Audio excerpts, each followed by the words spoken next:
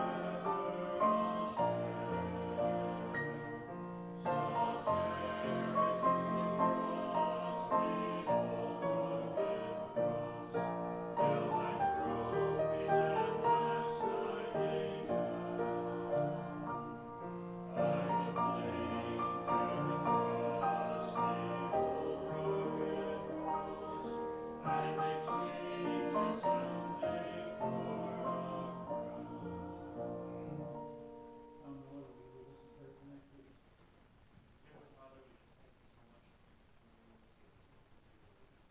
In Jesus' name.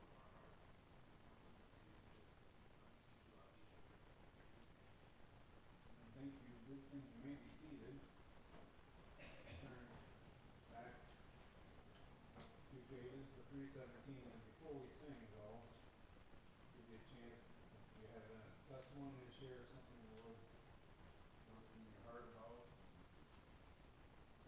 Something that will encourage us. Praise His name.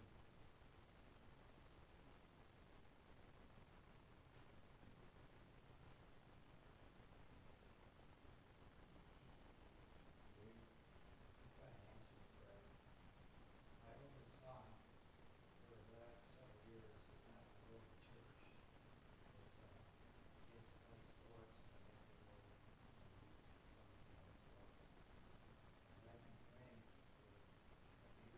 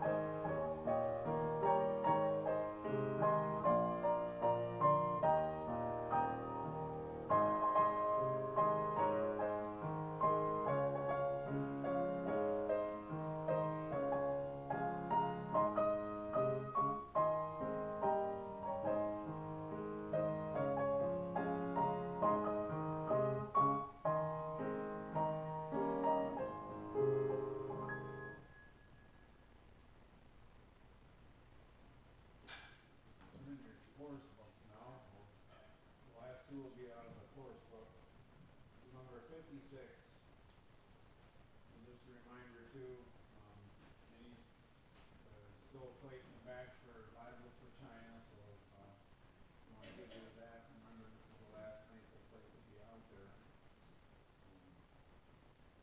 It's kind of amazing they can print a Bible. I assume the main Chinese language, Pastor, or you don't know what I don't remember seeing on their website what language. Well, maybe it's more than one, but anyway, we can do it for $1, so it's pretty amazing. All right, let's sing number 56. His name is wonderful.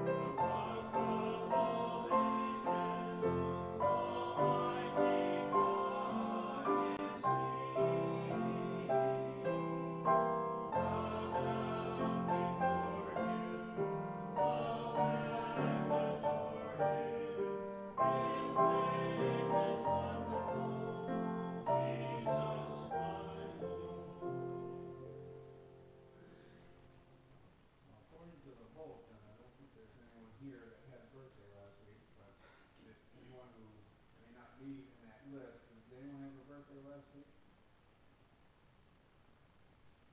Okay. No birthdays today. All right, before Pastor comes, turn back in your course book to number 16.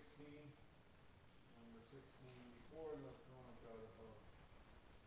I'll let you sit for the first two verses, but then we'll stand on the last one, since I have to stand for this first song. We'll sit on the first two and then stand on the third.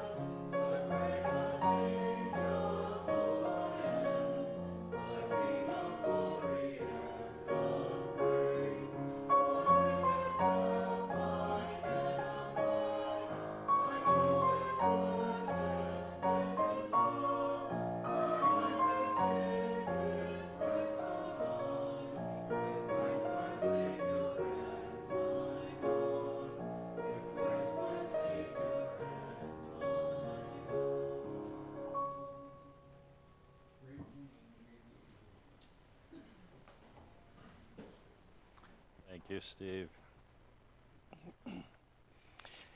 Sure was exciting this evening to come and get to talk to and meet some of the Awana parents and see a turnout. There was a couple who brought their 2 little girls for the first time tonight, and so I got to meet her. She had called and asked about the club and then couldn't make it last week and came tonight. So I think there were 7 new ones last week, and that would be 2 more tonight. So if they all came back, that's 9 new Awana clubbers from the 12 or so we had last week. So we bless the Lord for a ministry that is reaching the community in ways that we haven't been able to do before. So we are grateful. We are in the Song of Solomon. I invite you to turn there. I explained last week some of my trepidation about approaching this particular book and this topic. There is a strain of puritanical thought, apparently, that resides in me and probably resides in most of our conservative families today. And the subject matter of the Song of Solomon, as well as the word choices, can make us squirm a little bit. But as I mentioned this morning, what I am learning as I work at this in smaller portions and segments is that it takes the topic, I'll call it romance, but really it's the intimacy that is to be reserved for marriage, and what the world has sullied and dragged into a level of filth and disgust that we see portrayed on television and movie screens and in books today. But it takes that particular subject and shows us how it can be approached and even described on a much higher plane, a pure and undefiled level, as we might expect from the Bible. However, what we don't expect is the level of forthrightness and just there. It's there. Tonight we will look at the beginning from chapter 1, really verse 2, through chapter 3, verse 5.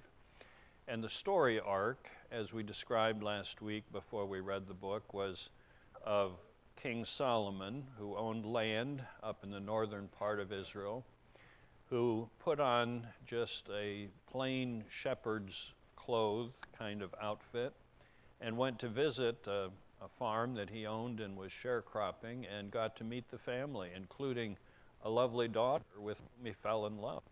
And this story then is about their courtship and how then they got married and their honeymoon, and then the last message, which is a few weeks down the road now, will be about how marriage is not a bed of roses. It's not a piece of cake. There are some difficulties, there are tensions, there are challenges, and sometimes things are difficult, but I believe as we end the book, we will see that it is worthwhile and glorifying to God. So tonight, the segment from chapter 1 through chapter 3, verse 5 is about the courtship. And they are intensely smitten with each other. And that's what we will see as we read and think about these words. Father, I pray that you would help us to understand this book for the reason and the way it was written, and take from it what you intend us to, and that it would help us to understand what pure romance and marital intimacy is all about. And as we do that, I know we will reflect on what you have described as the kind of love that a husband has for his wife is in a measure similar to what love Christ has for the church. And help us to understand better what these things mean so we can understand you better. I pray in Jesus' name, amen. Verse 1 just tells us the title, the Song of Songs, which is Solomon. So it is Solomon who is penning this, and it is what he considers the best of his over 1,000 songs he wrote. Verse 2 starts into what is one commentator said, amorous musings. Let him kiss me with the kisses of his love, for your love is better than wine, because of the fragrance of your good ointments. Your name is ointment poured forth. Therefore the virgins love you. Draw me away. And then apparently the daughters of Jerusalem chime in, we will run after you. The maiden, who is the main subject of the book, says, the king has brought me into his chambers. The daughters reply, we will be glad and rejoice in you. We will remember your love more than wine. The maiden replies, rightly do they love you, and then begins a description of herself. We'll continue reading in this way, taking portions as they come. I think it will be easier for us to keep a handle on what is being said and what goes with what. But a couple of observations to start with. The book begins with this Shulamite woman, that's the object of Solomon's affection, the maiden, sometimes we use all of those terms to describe her, is expressing her deep desire for the physical expression of love by her lover, Solomon. And you notice the shift of person from in verse 2, let him kiss me, for your love is better. And it's like it goes from a thought she has in her mind to something that she would actually say out loud to him, a wish to a direct request. It is interesting that the maiden speaks first. The commentaries pretty much agree that this literature and the way it unfolds is not only unique, but rare for the time in which it was written, in that it's basically about this woman, this Shulamite woman. Most ancient literature is about men, and women are put off to the side, and not much is said about them. They are rarely the hero or heroine of the story. And also unusual is as she expresses herself and as the dialogue continues, much more on her side than his, she has a lot to say, but she considers herself his equal, and they meet in that way as equals. She is not a lowly individual crawling to him hoping that he would deign to look upon her and have some affection. She is bold and standing straight and tall and coming to him and expressing herself very openly and in a sense equally. She doesn't hesitate. She is not shy or timid or restrained in what she says, but she basically is saying, I'm in love with you, I love you, and I want you to reciprocate that love to me. And that is part of what makes this particular song so unique for the day. Though Solomon is the one who penned it, she seems to be more of the main character. His love, though, in no way is any less than hers, and his expressions of love are not tempered or restrained in any way more than hers. It's just that she is more vocal and uses more words.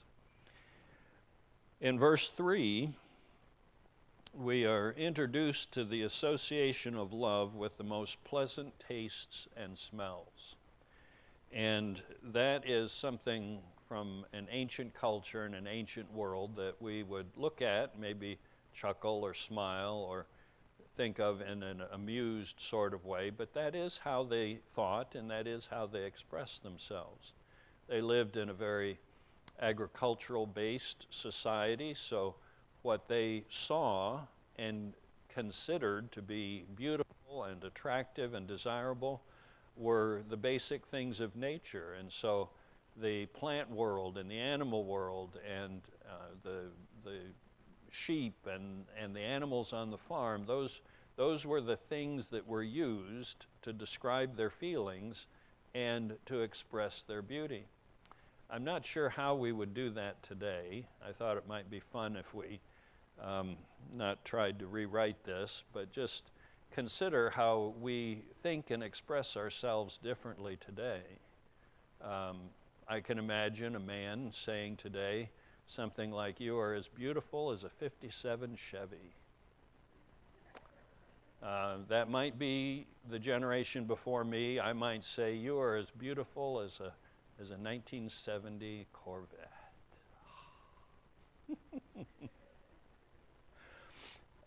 We express ourselves differently, and they compared their attraction and their love of beauty to things in nature and animals, where ours are probably a little more mechanical or technical. Today, somebody might say, "You are as beautiful as," whatever the latest high-powered model of computer there is. I don't know.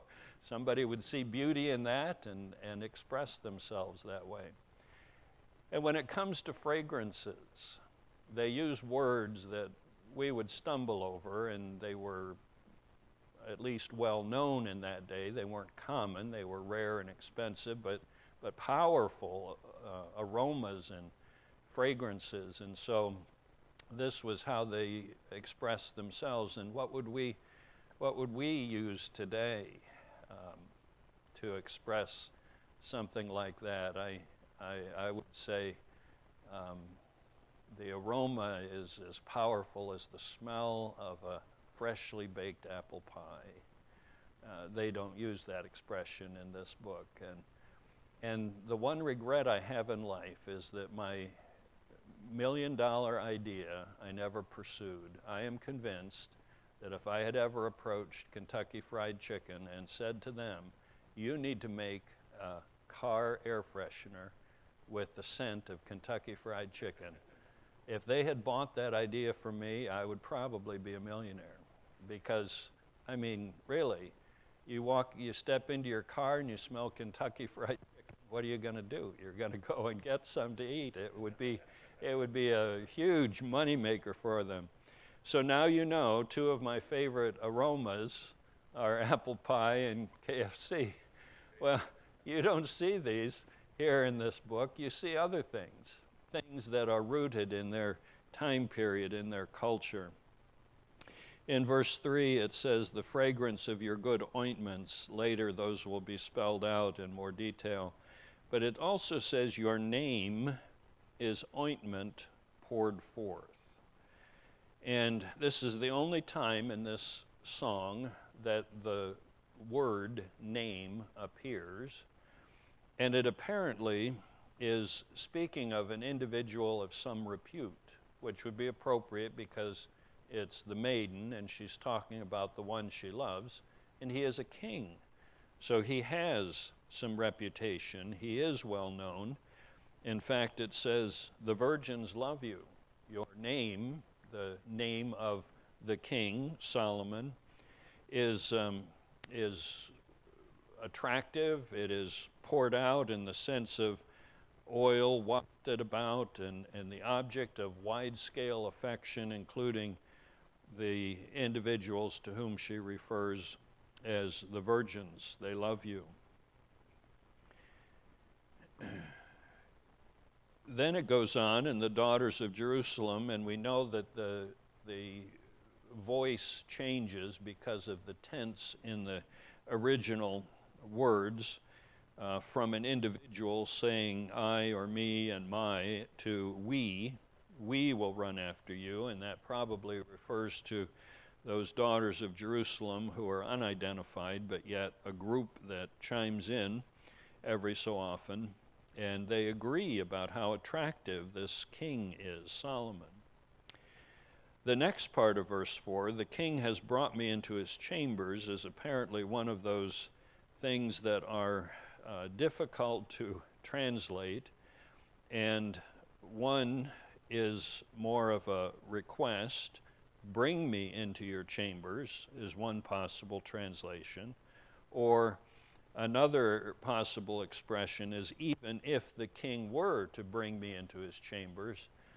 And our translators decided the best rendering, the most literal rendering, is the king has brought me into his chambers.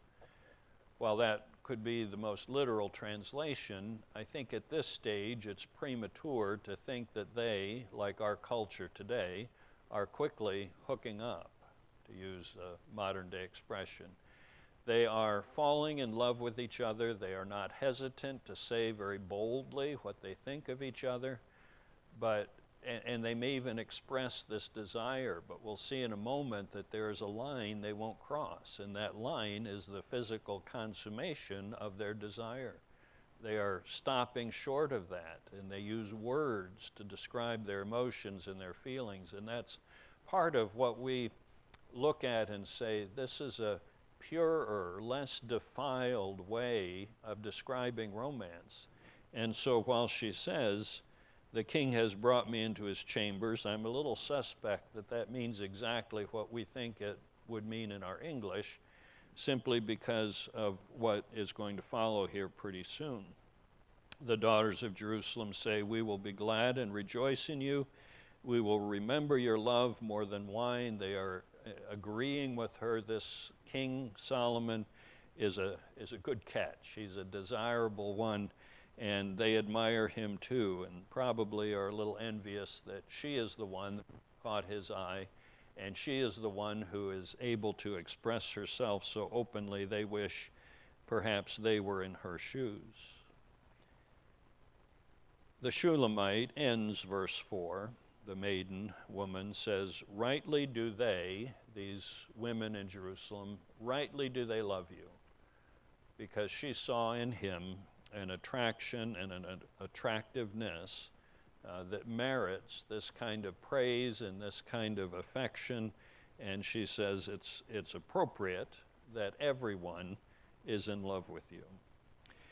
Then verse 4 concludes with what I am going to add to verse 5 through 7, where she begins to describe herself, perhaps in a little self-conscious way, but yet not ashamed. She isn't trying to detract from what she apparently knows to be true, but a little self-conscious about it. So she says, rightly do they love you. I am dark but lovely. O daughters of Jerusalem, like the tents of Kedar, like the curtains of Solomon, do not look upon me because I am dark, because the sun has tanned me. My mother's sons were angry with me. They made me the keeper of the vineyards, but my own vineyard I have not kept. She says that kind of openly, but then verse 7, more directly to her beloved, to Solomon, tell me, O you whom I love, where you feed your flock, where you make it rest at noon, for why should I be as one who veils herself by the flocks of your companions?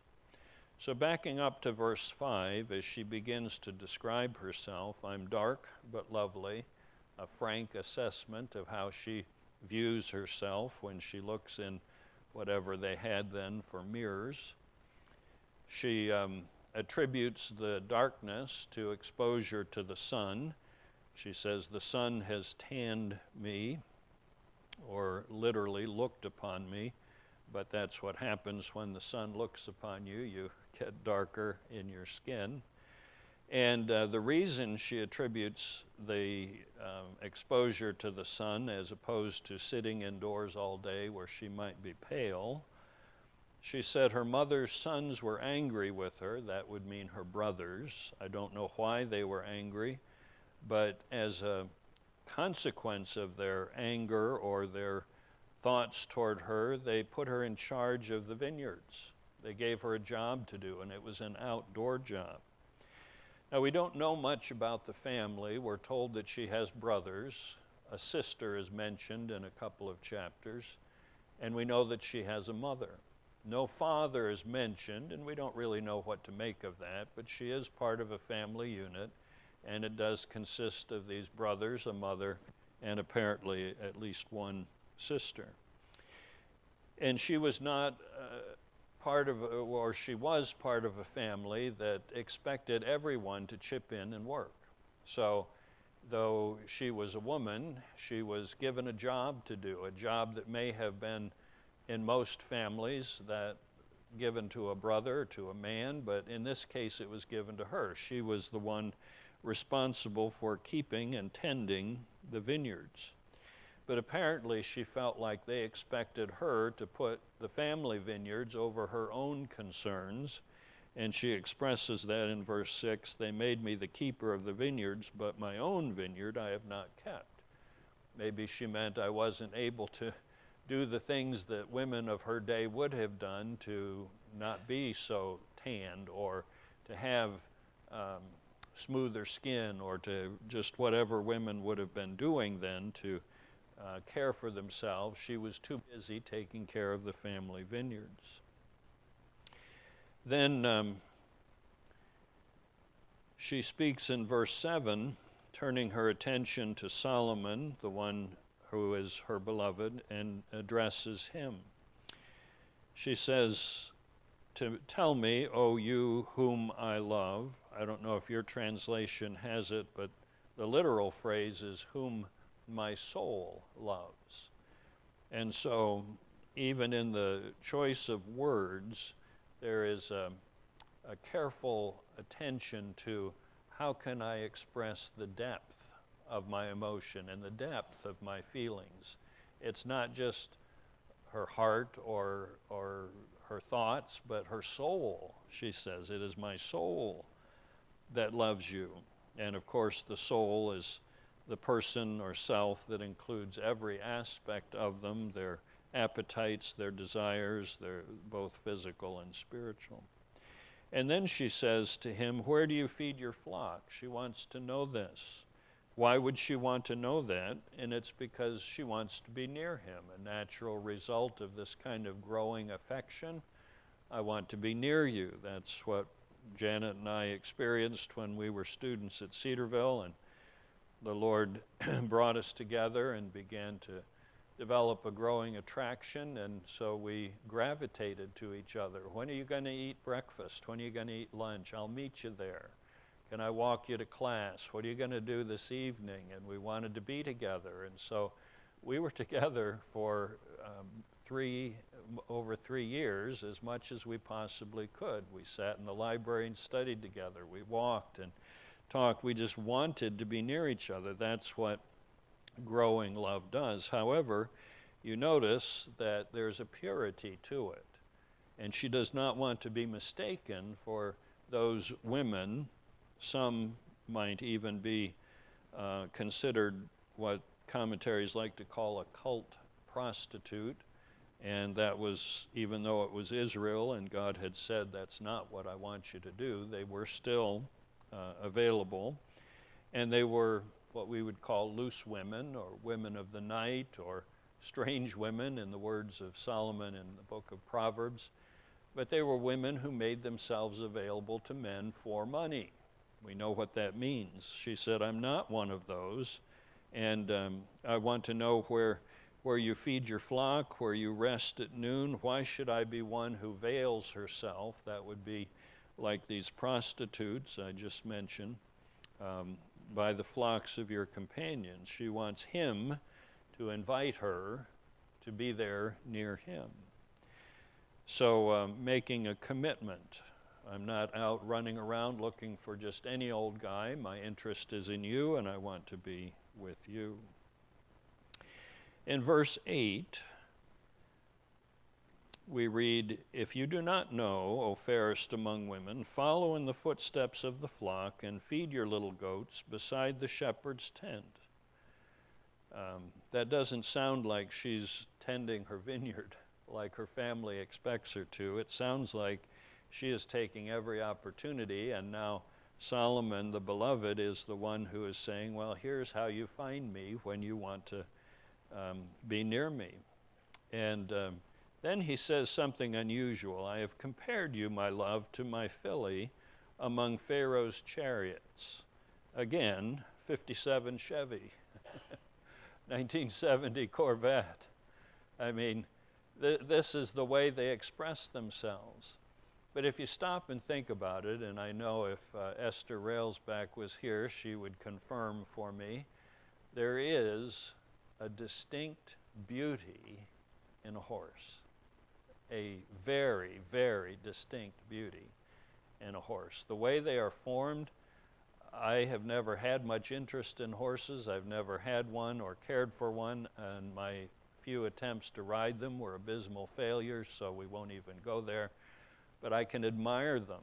Our daughter has so many. I have plenty to admire when I go there, but she puts these videos up on Facebook, and as a horse runs, just their movement is so graceful, and then you see them, the way they're constructed, their strength and their power, it is an image of beauty. And in those days, this specifically refers to the filly among Pharaoh's chariots. There's something odd about that, because rarely would they use a mare in that kind of a horse gathering. They would use the stallions, the male horses, and so here's a filly. That would be one that stands out because she's different. But also, even apart from that, when a king had horses harnessed to his chariot, he made sure, and those around him made sure, that they were as decked out as they possibly could be. I mean, ornaments hanging everywhere, flashing gold and silver and sparkling, shiny harnesses, and everything clean and nicely groomed and sharp. And he looks at her and he says, I've compared you to my filly among Pharaoh's chariots. You are so beautiful as a fully decked out horse. And the implication is, I will continue to make sure that you have the jewels and the clothing and the things that would continue to showcase your beauty, just like they would a horse that is used for that purpose. That is part of his praise. Now he goes on with his praise in verse 10. Your cheeks are lovely with ornaments, your neck with chains of gold. That's part of the promise to continue to ornament her. The daughters of Jerusalem chime in, we will make you ornaments of gold with studs of silver. Because they admire him, they apparently are willing to go along with his desire to make her beautiful. Now in verses 12 through 14, we start to get into the fragrances. So we're going to read things like spikenard and myrrh and henna blooms. And you can feel free to think of those, though I have no idea what their aroma is. Or you can think of apple pies and KFC or whatever aroma appeals to you. Verse 12, while the king is at his table, my spikenard sends forth its fragrance. A bundle of myrrh is my beloved to me that lies all night between my breasts. My beloved is to me a cluster of henna blooms in the vineyards of En-Gedi. Now you can look up all of those words. Spikenard is a rare ointment derived from a plant that grew in India, so it had to be imported. It was quite expensive as a result, but it was considered desirable, and basically she is saying that her presence in his life would be as pleasant as an expensive fragrance surrounding him, a choice perfume.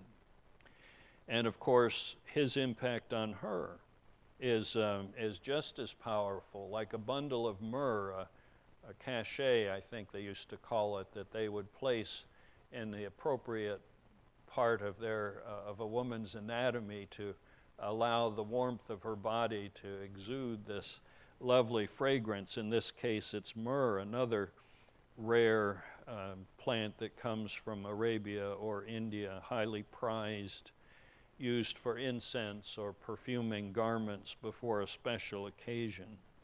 And then it mentions henna, or specifically henna blooms. Henna, of course, is something that is even used today to color hair or to be used to make a kind of temporary tattoo.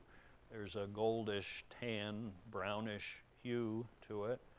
But it's not referring to that use of henna.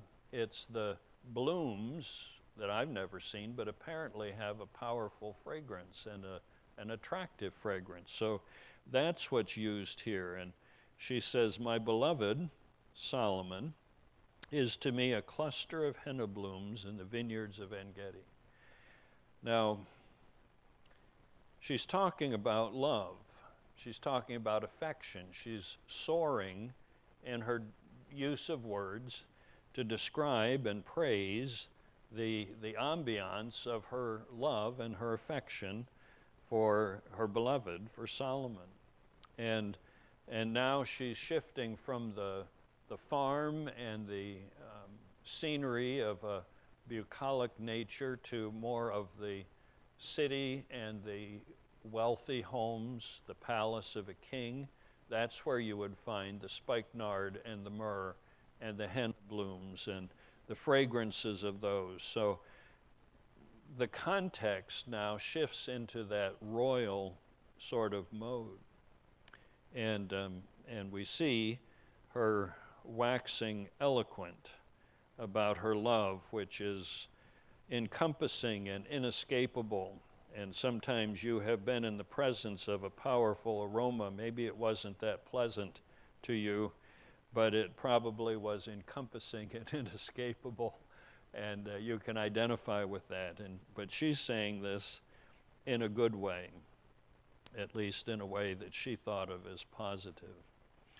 It is in this section, verses 13 and 14, where we find the first use of her pet name, my beloved, a phrase that translates my love, my lover, and is used 27 times in this book from this point on as she speaks to him or about him, my beloved. Now, starting in verse 15 and going through chapter 2, verse 2, the dialogue between these two begins to quicken and, of course, intensify, because you would expect that with a courtship. Their feelings are growing stronger. Their desire to convey that is getting more powerful. So in verse 15, behold, you are fair, my love. Behold, you are fair. You have dove's eyes. And we don't know that we would use that particular expression, but you can expect he meant that as a high compliment. We might say something different about an individual's eyes that we find particularly lovely.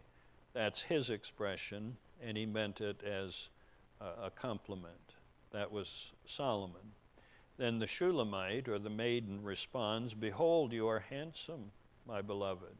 He said she was fair, which means beautiful.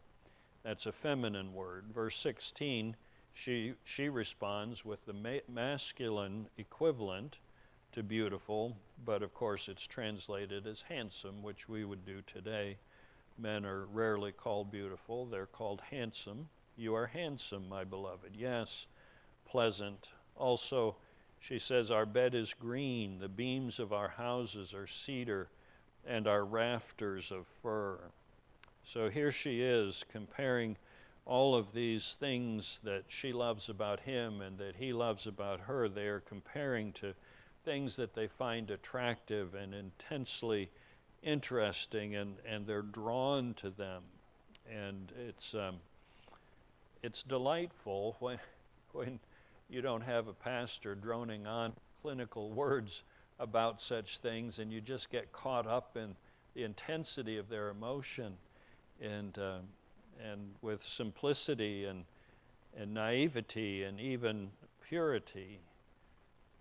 And it makes you wonder, is this what it was like in the Garden of Eden? Is this what Adam saw in Eve? Is this what Eve saw in Adam? And I would not be at all surprised if it were. And we don't have a record of what Adam said to Eve and Eve said to Adam, but we have this record. And Solomon, who had vast vocabulary and intelligence and wisdom, was able to record for us what we can just imagine has been true for many, many couples over the years, over the millennia. And whether everyone had the ability to express it the same way, he is putting into words what we all, for the most part, have felt at some time or other. Chapter 2 goes on, I am the rose of Sharon and the lily of the valleys. That's the woman describing herself and how she is desirable to him. Solomon responds, like a lily among thorns, so is my love among the daughters. The maiden shoots back, like an apple tree among the trees of the wood, so is my beloved among the sons. I sat down in his shade with great delight, and his fruit was sweet to my taste.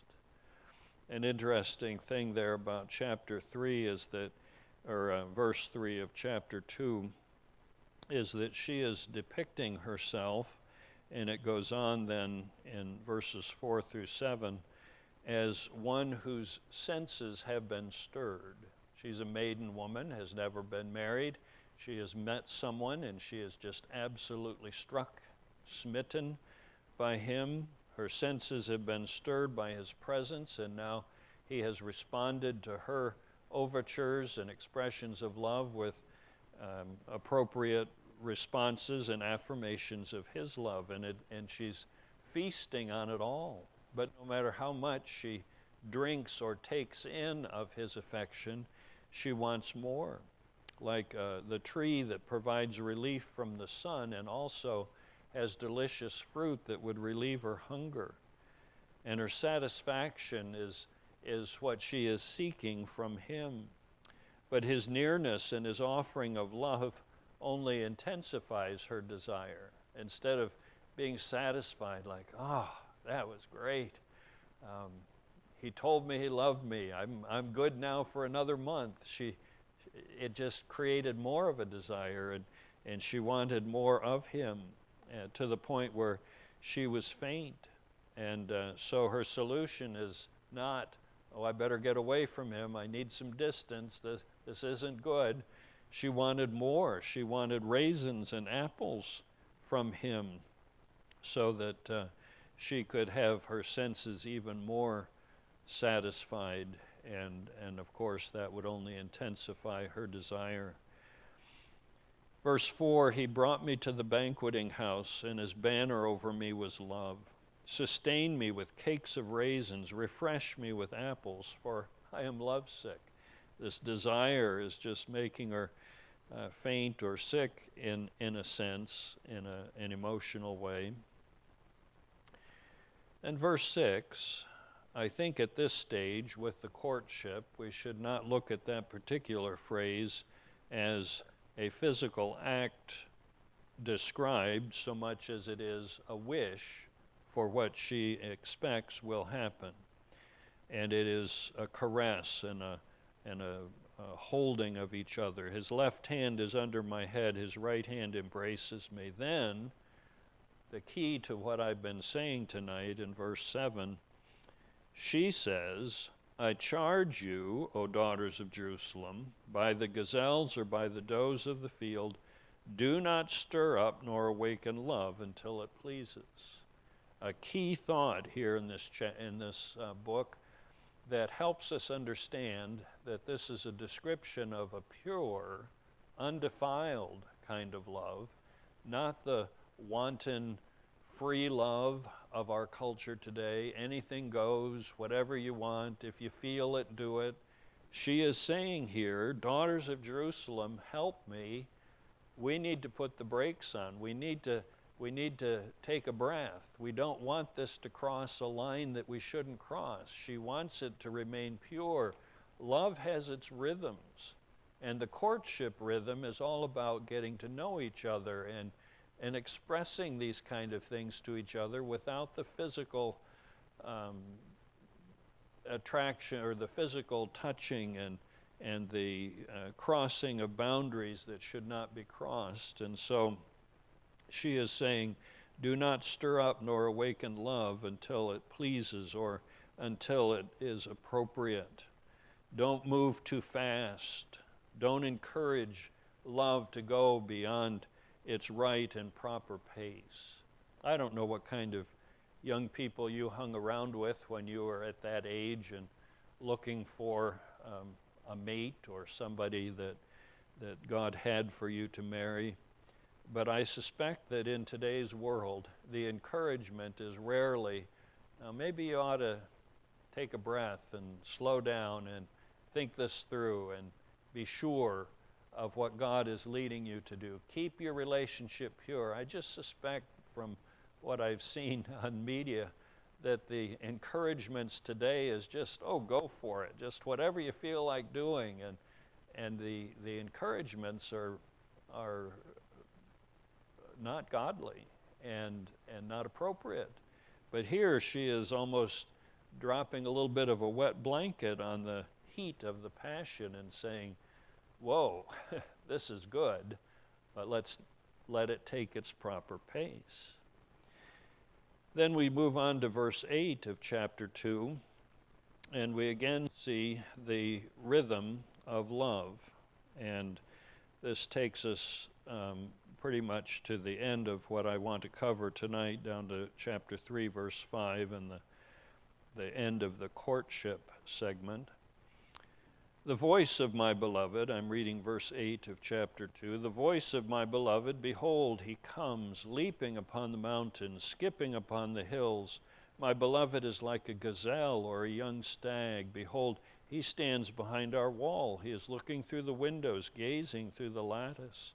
My beloved spoke and said to me, rise up, my love, my fair one, and come away, for lo, the winter is past, the rain is over and gone, the flowers appear on the earth, the time of singing has come, and the voice of the turtle dove is heard in our land. The fig tree puts forth her green figs, and the vines with the tender grapes give a good smell. Rise up, my love, my fair one, and come away. I think he has gone to her home, and he said, let's take a walk. It's spring.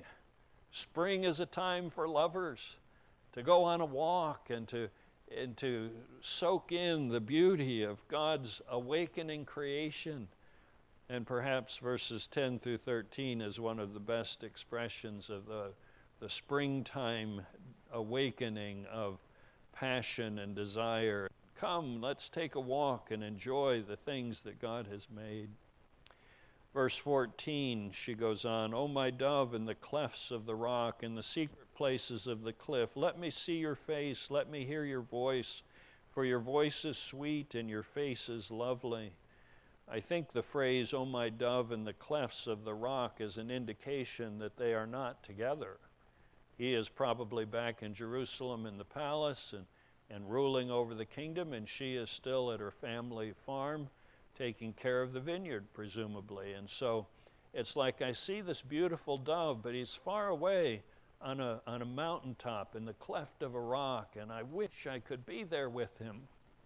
She expresses it that way. Let me see your face, let me hear your voice is just a longing to be near him because their love has been and is growing. Her brothers chime in. Catch us the foxes, the little foxes that spoil the vines, for our vines have tender grapes. Now that's interesting, brothers doing what brothers do. Now wait a minute, young lady. It sounds to me like you're really going head over heels. Don't you think you ought to step back? And the expression, the little foxes spoil the vine, is again showing us the desire to have a pure relationship, one that does not degrade itself with just a free and immoral kind of a relationship, but one that won't let the little foxes spoil the vine, but would keep her for marriage. And the brothers are encouraging her to not get ahead of the rhythms, the appropriate rhythms of love, and this being the courtship stage. Don't get ahead of yourself. So this maiden says in verse 16, "My beloved is mine, and I am his. He feeds his flock among the lilies." Then she says to him, "Until the day breaks and the shadows flee away, turn, my beloved, and be like a gazelle or a young stag upon the mountains of Beth-ur." The last few years, I have taken a much greater interest in deer than I ever had before in my life, and thankfully we have some around here that I can observe, though they're off limits as far as hunting, and when I do go in the woods to hunt, I don't see any deer, but I can see them in our backyard, and they are graceful. If you startle them, they'll go bounding away in this incredibly graceful way. I kind of espouse the beauty of horses. Well, I would say the same about deer. They're different. They're built different. They're built smaller and for speed and awareness and quickness, and they're incredible, especially if you're hunting them. You can see them coming from a distance. Sometimes you can hear them, but not exactly, and you track their movement and you plot exactly where they're going to go, and you've got this little window where you might have a shot at them, and you see them go, and then they reach a tree, and all of a sudden they don't come out the other side. What happened to that deer? Do you know what happened to that deer? They probably knew I was sitting there. I mean, I don't sit there and say, "Hey, I'm over here." But they have an uncanny sense. Probably it's their smell, and I don't do the scent masking that I should, but they can go behind a tree and turn a corner and go away and keep that tree between me and it, and I'll never see it again. They are just, there's a beauty. I'm getting a little off track, but she compares her beloved Solomon to the gazelle or the stag. Those are deer animals, deer family on the mountains, and you just have to admire them, especially mountain animals. Their ability to be sure-footed and to bound and get from one place to another, places that you couldn't follow them even if you wanted to. And she admires this and describes him in that way. Chapter 3. The maiden again. "By night on my bed I sought the one I love. I sought him, but I did not find him. I will rise now," I said, "and go about the city. In the streets and in the squares I will seek the one I love. I sought him, but I did not find him. The watchmen who go about the city found me. I said, 'Have you seen the one I love?' Scarcely had I passed by them when I found the one I love. I held him and would not let him go until I brought him to the house of my mother and unto the chamber of her who conceived me." Well, that causes some problems in both my ability to understand and my ability to expound on it. I lean towards the idea that the first 3 verses are probably a dream sequence, though it doesn't say that. It is a way of looking at it, and it kind of fits. She's laying there in her bed, and she has this dream about going out and searching for him, and she can't find him. She finds the watchman, or more precisely, the watchmen find her. She can't find her beloved, but the watchmen find her, and she inquires about him. And that just sounds to me like the kind of dream that a person would have, where they're looking, and they can't find, but somebody finds them, and then they have this exchange. And then verse 4, I'm not exactly sure if it turns into a reality at some point, or if this is still the dream, but she finds the one she loves, and she holds him. And the word held is, of course, a satisfactory translation of that Hebrew word, but basically it's a strong word that means she grabbed a hold and refused to let go, refused to slacken her embrace, and that catches the urgency of what she's thinking and the relief in the discovery of her beloved. But then we come to verse 5, and standing there, ready with a bucket of cold water to place on her passion, is this repeated thought from chapter 2, verse 7. Let's not get ahead of ourselves. Let's keep this pure. Do not stir up nor awaken love until it pleases. So the spell of the moment is broken, the dream is done, and she is back where she needs to be, in a courtship relationship, where there is a boundary she won't cross, and she's doing the right thing. Father, I pray that as we contemplate these words, as we understand they're very real part of Scripture, they are here for our learning and our benefit, and we are impressed with what we have read and seen. We still stand a little puzzled until we see the whole picture of what you are teaching us through this. But perhaps we have been reminded tonight of the passion we felt when we met the one you had for us, and the love that grew as we got to know that individual, a love that perhaps has cooled over time and needn't. And I pray that you would use this in our lives in the way you intend. I ask in Jesus' name, amen. Way at the back of our hymnal, let's sing hymn number 813, Isn't the Love of Jesus Something Wonderful? Eventually we'll get to a comparison of the genuine love that is part of marriage and the metaphor or the comparison with Christ's love for the church. But for now, let's just sing hymn number 813. Please stand with me as we sing.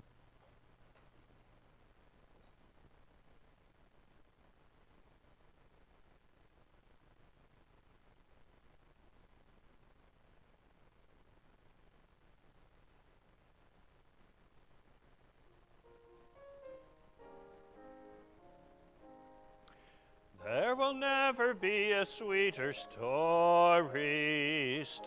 of the Savior's love divine, love that brought him from the realms of glory, just to save a sinful soul like mine. Isn't the love of Jesus something wonderful, wonderful, wonderful? Oh, isn't the love of Jesus something wonderful, wonderful it is to me. Father, thank you for the time we have spent here this evening in your word, trusting that it is profitable because you have said it would be. I pray that you would take each of us from here with a longing and a desire to live for you in a way that is pure and holy and brings glory to you. I ask in Jesus' name, amen.